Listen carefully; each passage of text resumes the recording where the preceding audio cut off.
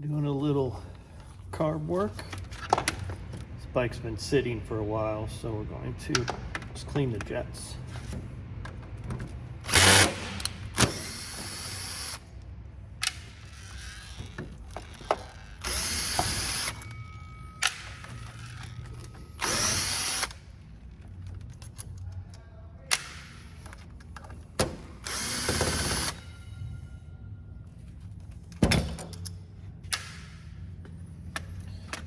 Take the bowl off.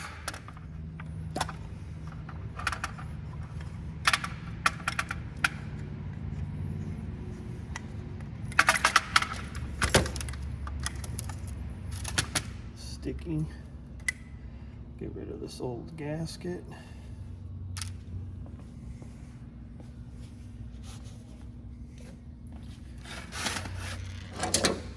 Now,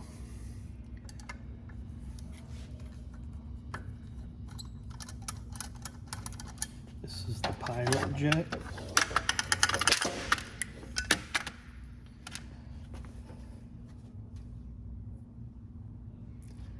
And normally this is the first thing to get clogged.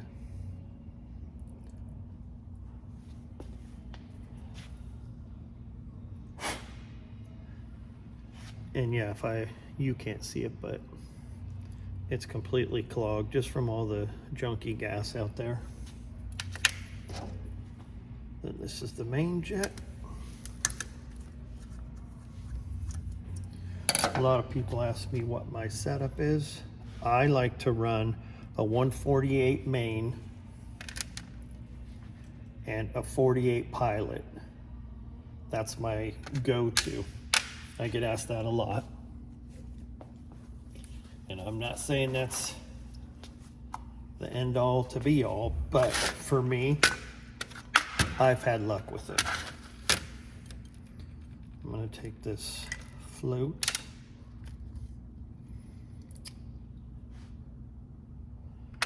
And the needle, and this is in really good shape, so I don't have to replace this.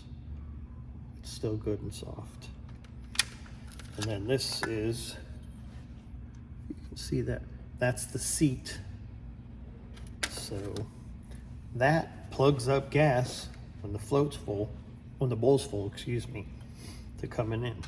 And sometimes this little doohickey will stick. And that's why sometimes you'll tap the they'll say tap the carburetor, because sometimes it can dislodge this. Kind of an old trick, but it does work.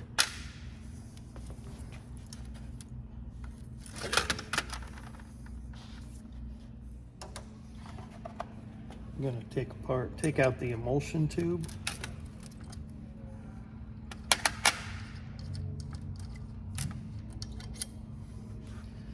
That's this fella. The main jet sits in there, and the diaphragm slide needle slides down into this. Because I'm going to give this an ultrasonic cleaning. It's not terrible, actually, inside, but might as well. The bike has been sitting for a little bit, so we might as well.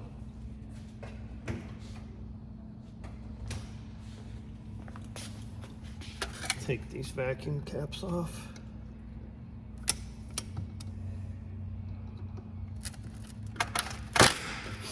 I silicone them on. I originally did this bike years ago. So sometimes it's kind of tricky to get them off, but it kind of helps from losing them. So let me get those off. So now we have an empty. The internals. Gonna get rid of take out the air fuel screw.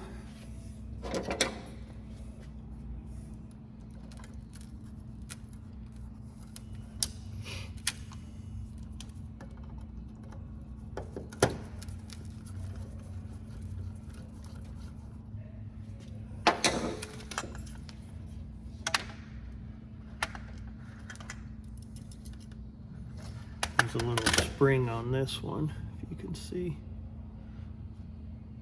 So you don't want to lose that.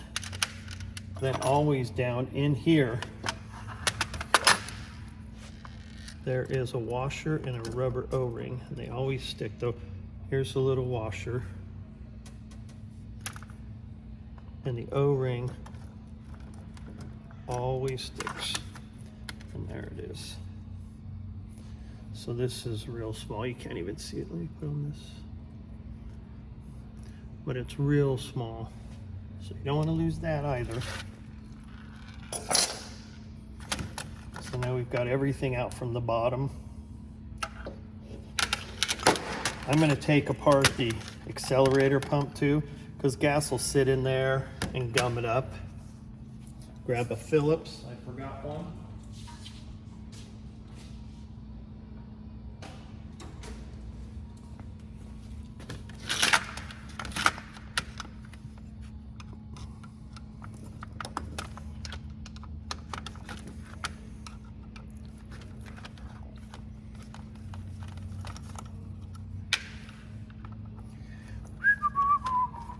You can see, well, I don't know if you can see, but gas just came out of there. So anytime it's sitting and there's gas, and also be careful of this because there is a spring here, and it will boing, and that's the actual name. I mean, that's the actual sound, boing. So, and this doesn't look bad, but this is for your accelerator pump. Now I make sure I clean this stem. If you had smell-o-vision, you would realize this is a real stinker. So she's sitting for a while. Unfortunately, the owner got into an accident, and dealing with insurance and healing up, it sat. So I'm going to remove the choke adjustment, because since this one's going to take a nice hot ultrasonic bath, so we've got everything good there. Now we're going to take off the cap, and also in here is a spring. And if you remember, I went back to the, if you go back to the scientific name of sound, this will definitely go boing. So make sure you don't lose that. Okay. So voila, see, here it is. Boing, you hear it? Yeah, I know. Here's your slide. I get asked this a lot too.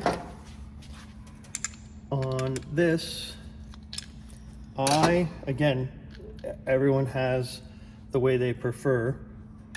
I run 2 shims under them. So here's your diaphragm needle, slide needle, and I always have 2 shims. When you run 2 shims, you see this cap, pull this off, and there's a little nipple right there. And you want to snip that, not all the way off, but you want to snip it, and then you can put the spring back on. If you don't snip it, what happens is it's almost impossible to get this cap back on down in there. So just food for thought for fellas and ladies. This one also, the vacuum cap came off, which that wouldn't have made the bike run super. So we're going to pull the old one off before it goes into its ultrasonic cleaner. They're slipperier than a seal. They're like Uncle Leo after he blew up his apartment. Yeah, they're slippery. Okay. Then we're going to take this fuel line off.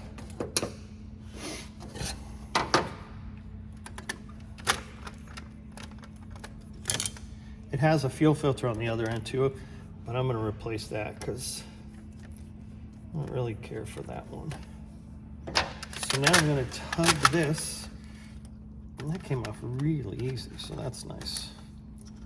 Also, you have these screens that go in here. These are great. These really help, but I also run a fuel filter. So don't lose that doohickey. Then we're going to remove the choke. That way it gets nice. Everything's nice and clean. Real nice. Real nice, Clark.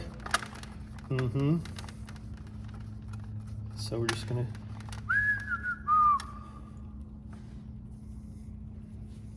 there you go. So that everything is off. Now if y'all have a carburetor like this, cap this one and cap this and cap this. Here in California, we have so much small crap and what you have to be compliant. So some of you might not even have that. You might just have one that comes from this side that goes to the top like a tube. You can cap either one or you can leave it. But she is almost there. Now we're going to take off the brass stack because I'm going to polish it as well. So we'll get that off. And your little, look at that thing stuck right in there. I'll be so little feisty fella. That's what he is. So look at there. We'll get that off. Pull this off. Voila. Now I'll clean the screen and stuff, but you get the idea. So look, so now we have a hollowed out carburetor ready to go in the ultrasonic bath.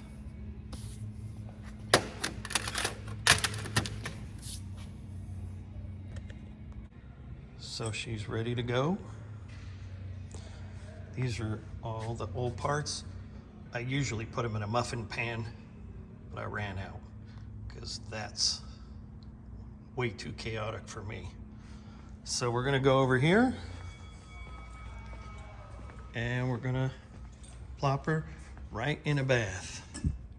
It's nice and warm. She's pretty happy.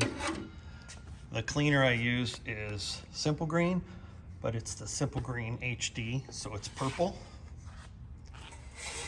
And then we'll see you later.